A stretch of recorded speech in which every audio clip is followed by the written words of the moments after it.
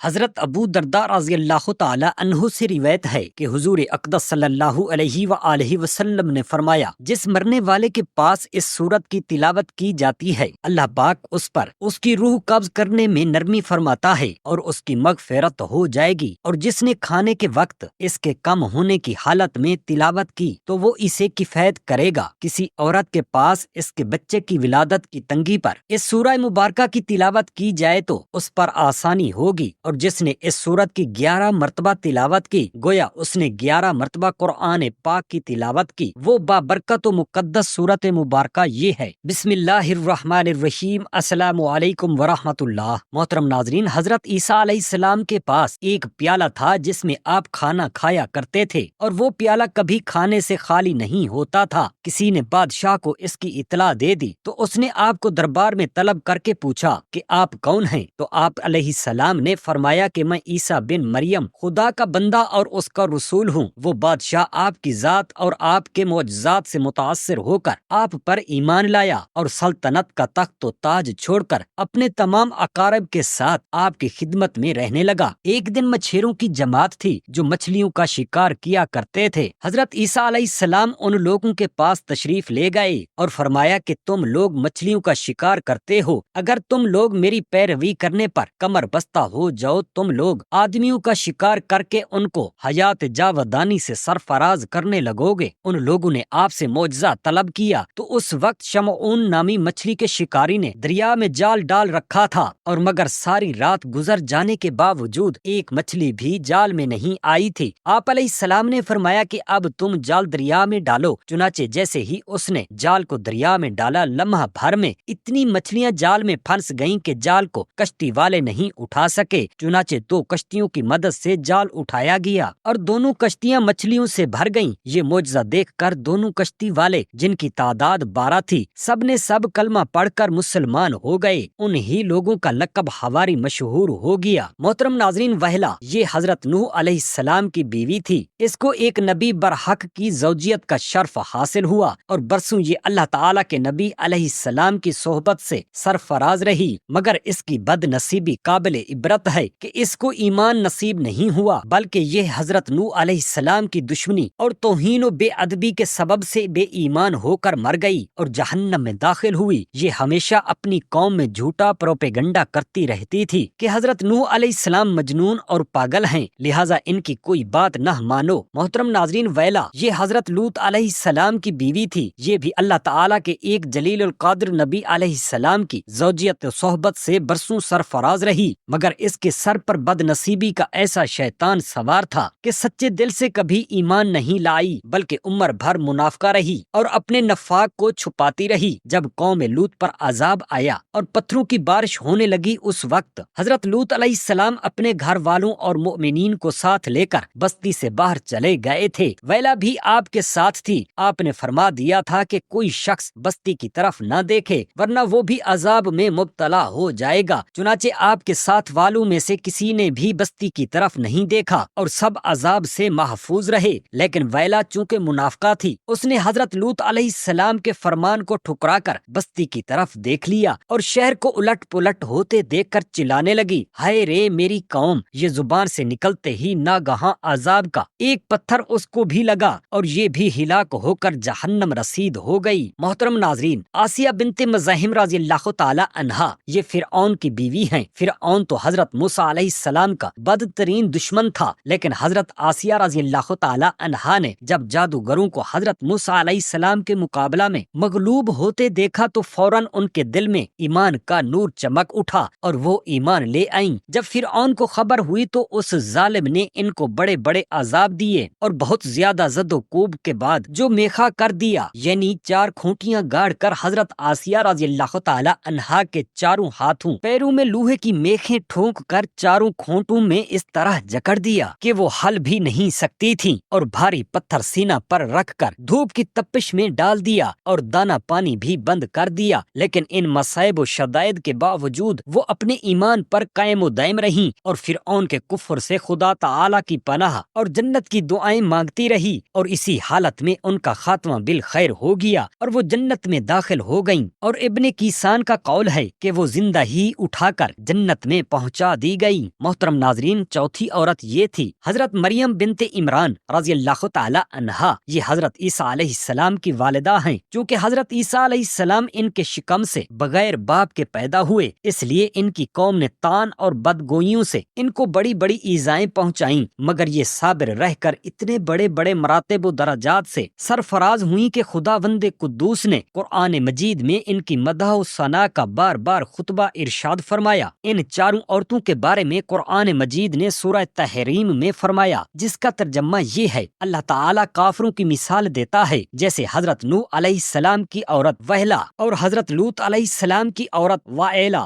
یہ دونوں ہمارے دو مقرب بندوں کے نکاح میں تھیں، پھر ان دونوں نے ان دونوں سے دغا کیا تو وہ دونوں پیغمبران ان دونوں عورتوں کے کچھ کام نہ آئے، اور ان دونوں عورتوں کے بارے میں خدا تعالیٰ کا یہ فرمان ہو گیا کہ تم دونوں جہنمی عورتوں کے ساتھ جہنم میں داخل ہو جاؤ۔ اور اللہ تعالیٰ مسلمانوں کی مثال بیان فرماتا ہے۔ فرعون کی بیوی آسیہ، جب انہوں نے عرض کی اے میرے رب، میرے لیے اپنے پاس جنت میں گھر بنا اور مجھے فرعون اور اس کے کام سے نجات دے اور مجھے ظالم لوگوں سے نجات بخش، اور عمران کی بیٹی مریم جس نے اپنی پارسائی کی حفاظت کی تو ہم نے اس میں اپنی طرف کی روح پھونکی، اور اس نے اپنے رب کی باتوں اور اس کی کتابوں کی تصدیق کی اور فرما برداروں میں سے ہوئی۔ حضرت صہیب رضی اللہ تعالی عنہ سے روایت ہے کہ اگلی امتوں میں ایک بادشاہ تھا جو خدائی کا دعویٰ کرتا تھا، اور ایک جادوگر اس کے دربار کا بہت ہی مقرب تھا۔ ایک دن جادوگر نے بادشاہ سے کہا کہ میں اب بوڑھا ہو چکا ہوں، لہٰذا تم ایک لڑکے کو میرے پاس بھیج دو تاکہ میں اس کو اپنا جادو سکھا دوں۔ چنانچہ بادشاہ نے ایک ہوشیار لڑکے کو جادوگر کے پاس بھیج دیا۔ لڑکا روزانہ جادوگر کے پاس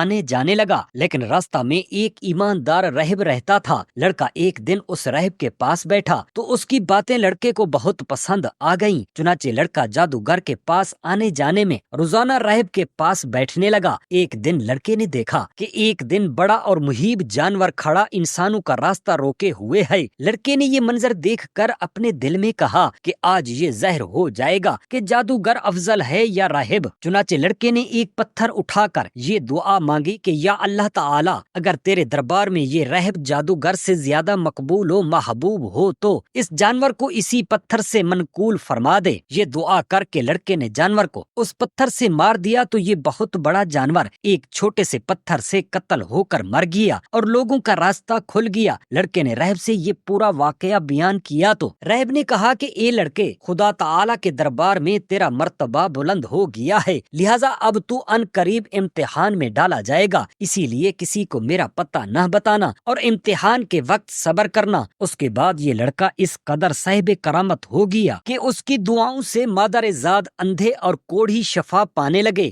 رفتہ رفتہ بادشاہ کے دربار میں اس کا چرچا ہونے لگا تو بادشاہ کا ایک بہت ہی مقرب ہم نشین یعنی کہ وزیر جو اندھا ہو گیا تھا اس لڑکے کے پاس بہت سے ہتھیا اور تحائف لے کر حاضر ہوا اور اپنی بصارت کے لیے دعا کا طالب ہوا۔ تو لڑکے نے کہا کہ اگر تو اللہ تعالیٰ پر ایمان لے آئے تو میں تیرے لیے دعا کروں گا۔ چنانچہ وہ ایمان لایا اور لڑکے نے اس کے لیے دعا کر دی تو فوراً ہی آنکھوں سے وہ وزیر دیکھنے لگا اور بادشاہ کے دربار میں گیا تو بادشاہ نے پوچھا کہ تمہاری آنکھوں میں بصارت کیسے آ گئی ہے؟ تو مقرب ہم نشین نے کہا کہ میرے رب نے مجھے بصارت عطا فرما دی ہے۔ بادشاہ نے غضبناک ہو کر کہا کیا میرے سوا بھی تمہارا کوئی رب ہے؟ تو اس نے کہا ہاں، اللہ تعالیٰ میرا اور تیرا دونوں کا رب ہے۔ بادشاہ نے اس کو طرح طرح کی سزائیں دے کر پوچھا کہ کس نے تجھے یہ بتایا ہے؟ تو اس نے لڑکے کا نام بتا دیا۔ پھر بادشاہ نے لڑکے کو قید کر کے اس کو اس قدر مارا پیٹا کہ اس نے راہب کا نام بتا دیا۔ بادشاہ نے راہب کو گرفتار کر کے اس سے کہا کہ تم اپنے عقیدہ کو چھوڑ دو، مگر راہب نے صاف صاف کہہ دیا کہ میں اپنے اس عقیدہ پر آخری دم تک قائم رہوں گا۔ یہ سن کر بادشاہ آگ بگولا ہو گیا اور اس نے راہب کے سر پر آرا چلوا کر اس کے 2 ٹکڑے کر دیے۔ اس کے بعد بادشاہ نے اپنے مقرب ہم نشین یعنی وزیر کے سر پر بھی آرا چلوا دیا۔ پھر لڑکے کو سپاہیوں کے سپرد کیا اور حکم دیا کہ اس لڑکے کو پہاڑ کی چوٹی پر چڑھا کر اوپر سے نیچے دھکا دے دو۔ لڑکے نے پہاڑ پر چڑھ کر دعا مانگی تو ایک زلزلہ آیا اور بادشاہ کے تمام سپاہی زلزلہ کے جھٹکوں سے ہلاک ہو گئے اور لڑکا سلامتی کے ساتھ پھر بادشاہ کے سامنے آ کھڑا ہوا۔ پھر بادشاہ نے غیظ و غضب میں بھر کر حکم دیا کہ اس لڑکے کو کشتی پر بٹھا کر سمندر میں لے جاؤ اور سمندر کی گہرائی میں لے جا کر اس لڑکے کو سمندر میں پھینک دو۔ چنانچہ بادشاہ کے سپاہی اس لڑکے کو کشتی میں بٹھا کر لے گئے۔ پھر جب لڑکے نے دعا مانگی تو کشتی غرق ہو گئی اور سب کے سب سپاہی ہلاک ہو گئے، اور لڑکا صحیح سلامت و سلامتی کے ساتھ بادشاہ کے سامنے آ کر کھڑا ہو گیا، اور بادشاہ حیران رہ گیا۔ پھر لڑکے نے بادشاہ سے کہا کہ اگر تو مجھ کو شہید کرنا چاہتا ہے تو اس کی صرف ایک ہی صورت ہے کہ تو مجھ کو سولی پر لٹکا کر اور یہ پڑھ کر مجھے تیر مار، بسم اللہ رب الغلام۔ چنانچہ اس ترکیب سے بادشاہ نے اس لڑکے کو تیر مار کر شہید کر دیا۔ یہ منظر دیکھ کر ہزاروں کے مجمع نے بلند آواز سے یہ اعلان کرنا شروع کر دیا کہ ہم اس لڑکے کے رب پر ایمان لائے۔ بادشاہ غصہ میں بوکھلا گیا اور اس نے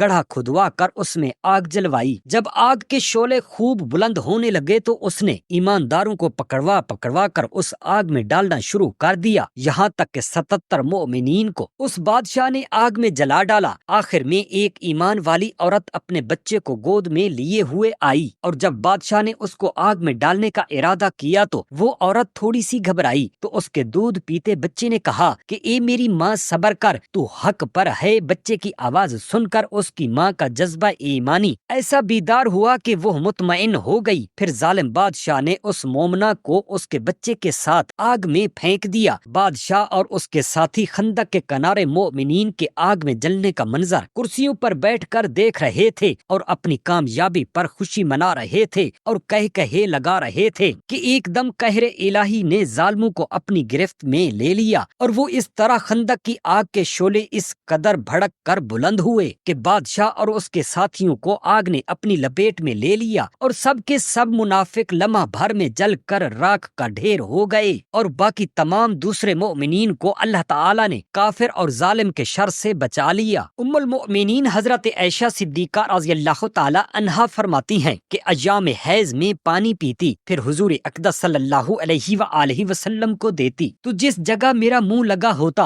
حضور وہیں اپنا دہن مبارک رکھ کر پیتے، اور حالت حیض میں ہڈی سے گوشت نوچ کر کھاتی، پھر حضور نبی کریم صلی اللہ علیہ وآلہ وسلم کو دے دیتی تو آپ وہیں اپنا منہ مبارک رکھ کر گوشت کو ہڈی سے جدا کرتے جہاں میرا منہ لگا ہوتا۔ ام المؤمنین حضرت عائشہ صدیقہ رضی اللہ تعالی عنہا سے روایت ہے، فرماتی ہیں میں حائضہ ہوتی اور حضور اقدس صلی اللہ علیہ وآلہ وسلم میری گود میں تکیہ لگا کر قرآن پاک پڑھتے۔ حضرت ابو درداء رضی اللہ تعالی عنہ سے روایت ہے کہ حضور اقدس صلی اللہ علیہ وآلہ وسلم نے فرمایا جس مرنے والے کے پاس سورہ یاسین تلاوت کی جاتی ہے اللہ پاک اس پر اس کی روح قبض کرنے میں نرمی فرماتا ہے۔ جس نے سورہ یاسین کی تلاوت کی اس کی مغفرت ہو جائے گی، اور جس نے کھانے کے وقت اس کے کم ہونے کی حالت میں تلاوت کی تو وہ اسے کفایت کرے گا۔ کسی عورت کے پاس اس کے بچے کی ولادت کی تنگی پر سورہ یاسین کی تلاوت کی اس پر آسانی ہوگی، اور جس نے اس سورہ یاسین تلاوت کی گویا کہ اس نے 11 مرتبہ قرآن پاک کی تلاوت کی۔ حضرت عائشہ صدیقہ رضی اللہ تعالی عنہا سے روایت ہے، فرماتی ہیں حضور اقدس صلی اللہ علیہ وآلہ وسلم نے مجھے فرمایا ہاتھ بڑھا کر مسجد سے مصلی اٹھا دو۔ میں نے عرض کیا میں حیضہ ہوں، آپ نے فرمایا تیرا حیض تیرے ہاتھ میں نہیں۔ ام المؤمنین حضرت میمونہ رضی اللہ تعالی عنہا فرماتی ہیں کہ رسول اللہ صلی اللہ علیہ وآلہ وسلم ایک چادر میں نماز پڑھتے تھے، اس کا کچھ حصہ مجھ پر ہوتا اور کچھ حصہ حضور پر ہوتا جبکہ میں حیضہ ہوتی۔ حضرت ابو ہریرہ رضی اللہ تعالی عنہ سے روایت ہے کہ رسول اللہ صلی اللہ علیہ وآلہ وسلم فرماتے ہیں جو شخص حیضہ عورت سے یا عورت کے پیچھے مقام میں جمع کرے اس نے کفران کیا اس چیز کا جو محمد صلی اللہ علیہ وآلہ وسلم پر اتاری گئی۔ اللہ رب العزت سے دعا ہے ہم تمام مسلمان بہن بھائیوں کو کلمہ حق لا الہ الا اللہ محمد الرسول اللہ پڑھتے رہنے کی اللہ پاک توفیق عطا فرمائے، آمین یا رب العالمین، جزاک اللہ خیرا کثیرا۔